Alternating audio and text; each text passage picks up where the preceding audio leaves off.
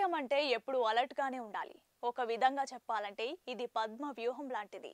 ఎవరు ఇక్కడ మిత్రులుగా శాశ్వతంగా ఉండరు. అలాగే శత్రువులుగా అంతకంటే ఉండరు. కానీ జనసేన మాత్రం రెండు పార్టీలను శాశ్వత మిత్రులుగా, మరో పార్టీని శాశ్వత శత్రువుగా భావించి రాజకీయం చేస్తుంది అంటున్నారు. అంతేకాదు అప్రమత్తంగా ఉండాలి. ఎప్పటికప్పుడు రాజకీయం మార్చుకుంటూ ముందుకు సాగాలి. కానీ జనసేన మాత్రం అలా చేస్తుందా అన్నదే చర్చగా ఉంది. ఇక చూస్తే ఏపీలో కూటమిలో ఉన్న పార్టీలతో పాటు బయట ప్రత్యర్థిగా ఉన్న వైసీపీతో జనసేనకు ఇబ్బందే అన్న ప్రచారం సాగుతోంది. ఏపీలో ఇంకా ఎదుగుతున్న పార్టీగా జనసేన ఉంది. పెద్ద పార్టీలుగా చూస్తే టీడీపీ, వైసీపీ వరుసగా ఉంటాయి. ఆ తర్వాత ప్లేస్ ఖచ్చితంగా జనసేనదే.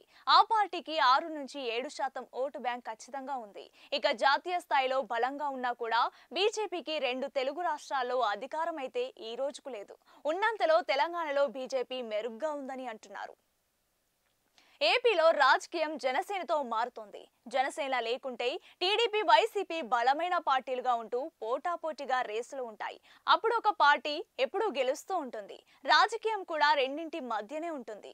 అయితే జనసేన మధ్యలో రావడంతో 2024 ఎన్నికల్లో గేమ్ చేంజర్ అయింది. ఒక విధంగా ఏపీ రాజకీయాల్లో ఎవరు అధికారంలోకి రావాలి అన్న డిసైడింగ్ ఫ్యాక్టర్ గా కూడా జనసేన మారింది. ఇది టీడీపీకే పెద్ద మైనస్ పాయింట్ గా మారిందని అంటున్నారు. ఉత్తరాంధ్రలోని కొన్ని సామాజిక వర్గాలు జనసేన పట్ల అభిమానం చూపిస్తున్నప్పటికీ పవన్ కళ్యాణ్ ఇటీవల కాలంలో ఇస్తున్న ప్రకటనలు మాత్రం వారిలో నిరాశ వ్యక్తమవుతోంది. పైపెచ్చు తనను పాలనా అనుభవం ఏమీ లేదని, చంద్రబాబుకు గొప్ప పాలనా అనుభవం ఉందని చెప్పడంతో ఈ సామాజిక వర్గాలన్నీ రగిలిపోతున్నాయంటున్నారు.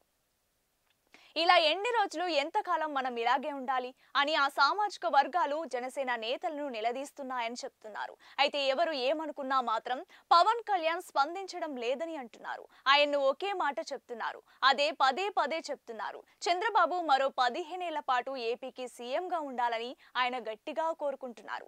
అయితే జనసేన అధినేత ఈ విధంగా మాట్లాడడం వెనుక వ్యూహం ఉందని అంటున్నారు. ఏపీలో ఉన్న రాజకీయ పరిస్థితుల్లో ఒంటరిగా పోటీ చేస్తే జనసేన గెలిచేది పెద్దగా ఉండదు. బీజేపీతో జతకట్టినా అదే ఫలితం వస్తుంది. దాంతో టీడీపీ వంటి పెద్ద పార్టీతో పొత్తు పెట్టుకొని ఉప ముఖ్యమంత్రి పదవిని మెగా ఫ్యామిలీ పూర్తిగా ఎంజాయ్ చేస్తుందని ఆరోపణలు వస్తున్నాయట. మరోవైపు ఏపీలో పెద్దగా బలం లేకపోయినా అధికారం వైపు చూస్తున్న బీజేపీ తన స్ట్రాటజీ మారిస్తే మాత్రం జనసేనకు ముప్పని అంటున్నారు. ఇలా ముప్పేట దాడి అయితే రాజకీయంగా ముందు ముందు జనసేనకు ఉండబోతుందా అన్న చర్చ అయితే సాగుతోంది. చూడాలి మరి ఏం జరుగుతుందనేది.